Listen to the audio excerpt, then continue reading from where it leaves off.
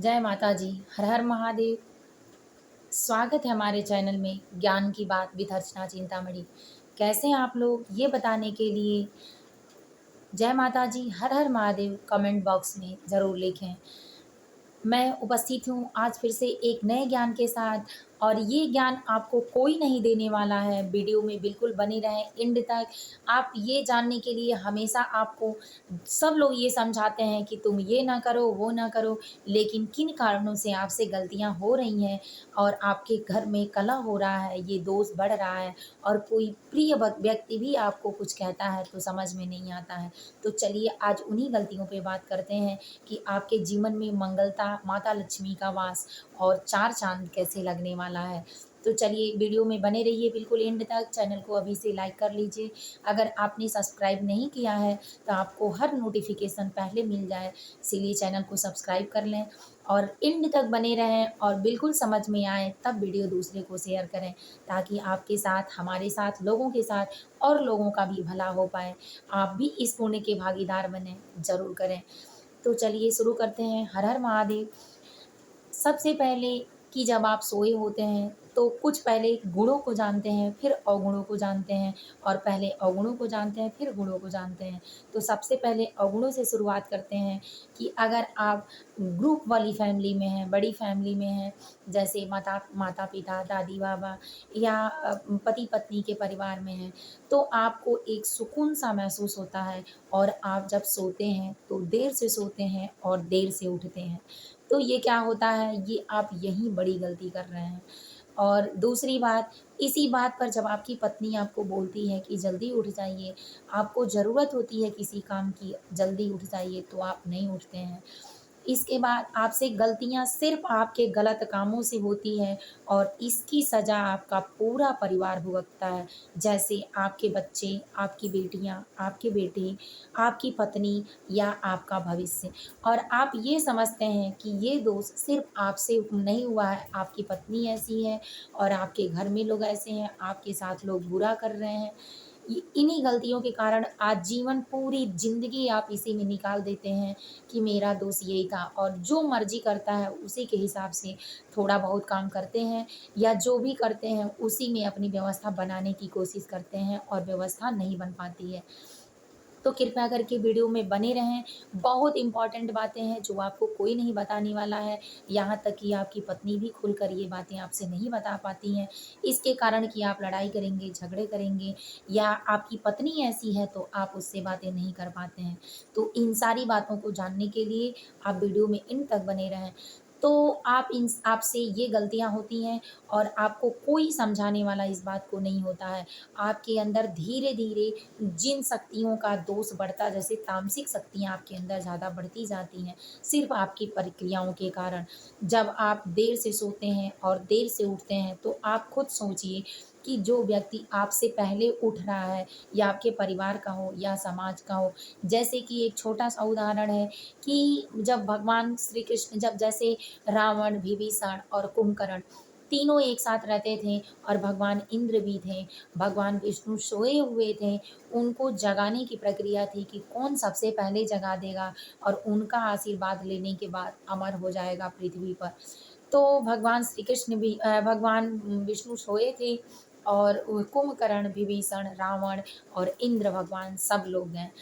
तीनों चारों लोग गए उनको जगाने के लिए, चलते-चलते गए, जब उनके घर में पहुँचे तो द्वारपाल वहाँ खड़ा था। द्वारपाल से बोले कि मैं भगवान से मिलने आया हूँ, यानी विष्णु से मिलने आया हूँ।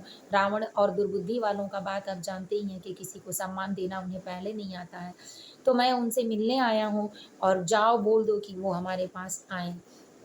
तो द्वारपाल जाता है, और जब देखता है भगवान शयन कक्ष में हैं और बिल्कुल निद्रा में, गहरी निद्रा में सोए हुए हैं, तो वहाँ से वापस आता और कहता है कि मेरी इतनी औकात नहीं कि मैं अपने भगवान को विश्राम अवस्था से जगा दूँ।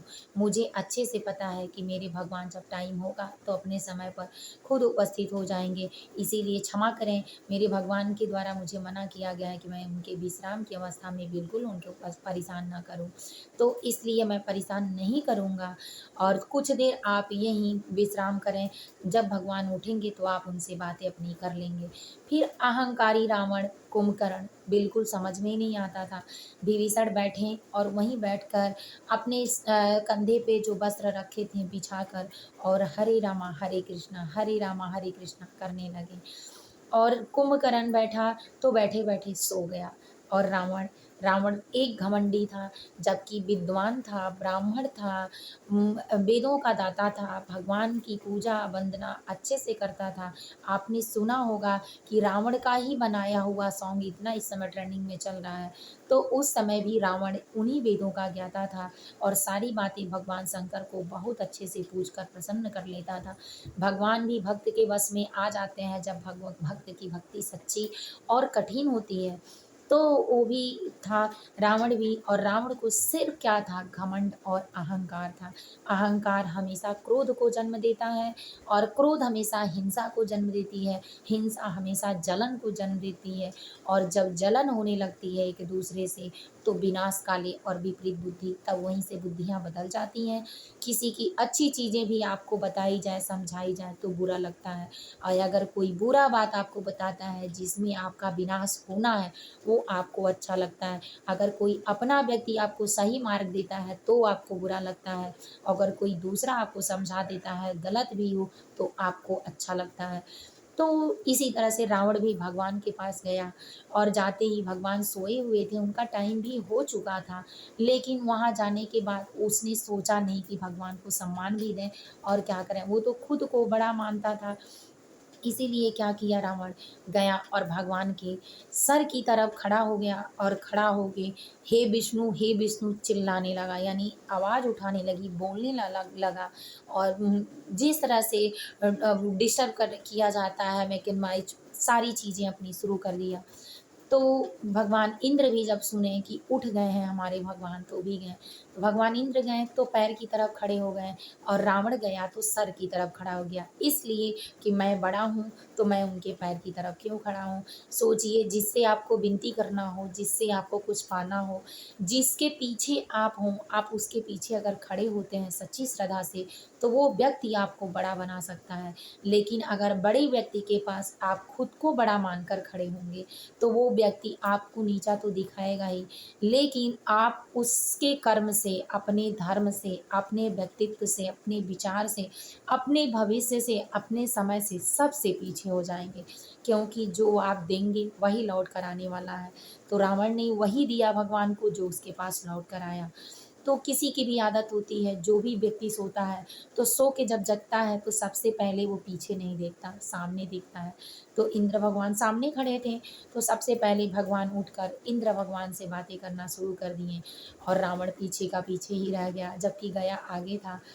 तो रावण को गुस्सा आया और कहा कि तुम लोग अपनी बिरादरी की, यानी अपने समानता की, अपने धर्म की बुराई नहीं करते हो, और मैं राक्षसी योनि में हूँ, यानी ब्राह्मण था लेकिन अपने कर्म के कारण असुर हो गया, तो मैं असुर योनियों से हूँ, तो इसलिए तुम हमको पीछे किए हो और जानबूझ के तुम्हारा राजनीति है, तुम्हारा खेल है। तब भगवान विष्णु ने श्राप दिया उस समय उसको कि तुम चाहे किसी को कितना भी समझा लो, लेकिन तुम्हारा जब दुर्बुद्धि शुरू होगा तो चाहे तुम्हारे व्यक्तित्व का विकास हो ना हो, लेकिन तुम्हारे बुद्धि का विकास वहीं रुक जाएगा और विनाश तुम्हारा तभी से शुरू होगा और एंड तक तुम्हारी बुद्धि सही नहीं होगी। इसीलिए शास्त्र में बताया गया है कि विनाश काले विपरीत बुद्धि, जब विनाश आना नज़दीक होता है तो सबसे पहले बुद्धियाँ बदल जाती हैं, कर्म करने की क्षमता बदल जाती है। तो ठीक यही उदाहरण मानव के जीवन में आता है कि जब कोई आपको अपना कोई बात समझाता है कि आप गलत हैं तो आप उसको मान नहीं पाते हैं और अपने जीवन का नर्क बनाना शुरू कर देते हैं। तो इसीलिए जब आपकी पत्नी आपको मना करें किसी बात के लिए या कि आपकी माँ मना करे किसी बात के लिए, तो आपको सबसे पहले देखना होगा, समझना होगा अपने जीवन में कि आपके साथ सही रूप से कौन है। क्योंकि जो भला आपकी पत्नी आपका करेगी, अगर आपको चाहती है तो वो कोई नहीं करेगा, क्योंकि आपके पीछे वो भी है, आपके बच्चे हैं। तो इसलिए वो आपको चाहती है कि अगर आपका कोई पतन होगा तो उसके साथ उसके बच्चों का भविष्य खराब होगा। पतन होगा, उसका भी पतन होगा। कोई दिक्कत आएगी तो उसके साथ आपके भी आएगी। अगर आपको कुछ होता है तो लोग उसकी बुराई करेंगे। इसीलिए आपकी पत्नी आपके दिलों में, आपके जान में, आपकी साँसों में, आपके समय में, आपके सपने में, आपके शरीर में हमेशा के लिए समाहित हो जाती है शादी के बाद ही। तो ये सारी चीज़ें एक शास्त्र के अनुसार उदाहरण मिला है मनुष्य को, और ये उदाहरण उसी रूप में है जिस तरह से मानव जीवन, जिस तरह भगवान राम सीता पृथ्वी पर आए और राम का जो गति-पति था उसको भुगत कर या उसको संहार करके फिर वापस गए और कर्म की वजह से मर्यादा पुरुषोत्तम और भगवान माने गए। ठीक उसी प्रकार से मनुष्य अगर सही कर्म करता है तो उसका नाम जन्म जन्मांतर तक उसके साथ पीढ़ियों तक लिया जाएगा। अगर सही नहीं करता है तो कोई रोक नहीं पाता है। अगर आप किसी के प्रति उदाहरण में एक्टिव नहीं हैं, आप उसके लिए कुछ नहीं करते हैं, तो आपके ही परिवार का कोई व्यक्ति ऐसा नहीं है कि जो आपका सम्मान करे। और जो आपका सम्मान नहीं करता, आपको नहीं समझता, वो आपके बच्चों को कोई चीज़ नहीं देता, ना सम्मान करता, ना तो आपकी पत्नी को देता, और पत्नी इसीलिए परेशान होती है। अगर आप अपने ही घर के हैं, अपने माता-पिता का आदर सम्मान नहीं करेंगे या जो आपसे जुड़ा है उसका नहीं करेंगे, तो फिर आपके बच्चे भी आपके संस्कार से ही सीखेंगे और बिल्कुल नहीं करेंगे। तो ये सारी बातें आपको उम्मीद है कि समझ में आई होगी कि आप क्यों नहीं मानते हैं, आप इन्हीं सब चीज़ों के कारण बिगड़ जाते हैं और आपकी दिनचर्या बिगड़ जाती है। आप इन्हीं सब कारणों को करने की वजह से समझते हैं कि हमारा भाग्य खराब है, लेकिन भाग्य खराब नहीं होता, आपका कर्म खराब होता है, इसलिए आपके साथ गलत चीज़ें हो रही हैं। इसलिए सही चीज़ों को ठीक करने के लिए सबसे पहले आप सुबह उठिए और सुबह से ही अपने हर काम का जो सेल्फ काम है, वो सेल्फ काम को अपने सेल्फ किया करिए। जैसे आप सो के उठें तो टाइम से उठें, ब्रह्म मुहूर्त में उठने का प्रयास करें। अगर आप रात को ड्यूटी करते हैं, तो कुछ समय के लिए सूर्योदय में उठ जाएँ, 48 मिनट मतलब पहले सूर्योदय से होने से, और उसके बाद आप भगवान की प्रार्थना कर कर सोएँ, क्योंकि आपने कर्म सही किया है। उसके बाद आपको अपना स्नान ध्यान करने के बाद, अब चलिए ये इतनी छोटी-सी बात है, लेकिन आपको ये कोई नहीं बताएगा। कितने पुरुष ऐसे होते हैं कि जो अपना अंडरगारमेंट्स होता है, वो अपनी पत्नी यानी औरतों से धुलवाते हैं, खुद नहीं धुलते हैं। इससे उनके काम, जो भविष्य का काम होता है, जो उनके शारीरिक रूप का पुण्य होता है, वो खराब हो जाता है, यानी ख़त्म हो जाता है और पाप चढ़ जाता है। इसी के कारण अपना अंडरगारमेंट्स की जितनी चीज़ें हों, ज़रूर अपने धुला करें, अपनी पत्नी से भी ना धुलवाएँ, क्योंकि इस दोष के कारण आपके घर में लक्ष्मी की तबाही शुरू हो जाएगी। इतनी छोटी-सी ही बात है, लेकिन इससे इतनी बड़ी प्रक्रिया होती है कि आपके शरीर का हर पुण्य नष्ट हो जाता है। उसके बाद आप अपने स्लीपर जो उतारते हैं, वो सही जगह पे सही तरीके से रखें। जो आप अपने कपड़े वगैरह बाहर से आने के बाद उतारते हैं, जिस जगह पे आस्थान हो वहाँ रखें। इससे जो राहु दोष होता है, केतु दोष होता है, राजसी नेगेटिविटी शक्तियाँ होती हैं, वो आपके शरीर को टच नहीं करती हैं। जब आप अपनी आत्मा से, विचार से, अन्न से, वस्त्र से शुद्ध होते हैं, वहाँ उसी के रूप में लक्ष्मी समाहित होती हैं और सद्बुद्धि देती हैं, नया मार्ग देती हैं, हमेशा आपको समाज में सम्मान देती हैं, आपकी पोस्ट बढ़ती है। आप अपने घर में अपनी पोस्ट बढ़ा लेते हैं, अपना मान-सम्मान अपनी जगह का पा लेते हैं, आपके परिवार में पा लेते हैं, और वही लोग ये काम कर पाते हैं कि जो अपने जीवन में एक्टिव होते हैं, जिनको सफलता चाहिए होती है, जिसके भविष्य में अच्छा काम करने की, अच्छी शक्ति प्रदान करने की, अच्छा नाम प्रदान करने की और अच्छे लोगों के विकास के लिए कमाने की भलाई होती है, वही इन सारे कामों को कर पाता है।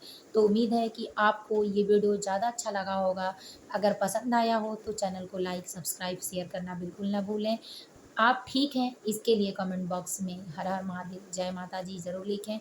माता लक्ष्मी आपके घर में वास करें, माता सरस्वती आपका हमेशा साथ दिए रहें, ताकि आप मेरे चैनल पे हमेशा बने रहें। जय माता दी, हर हर महादेव।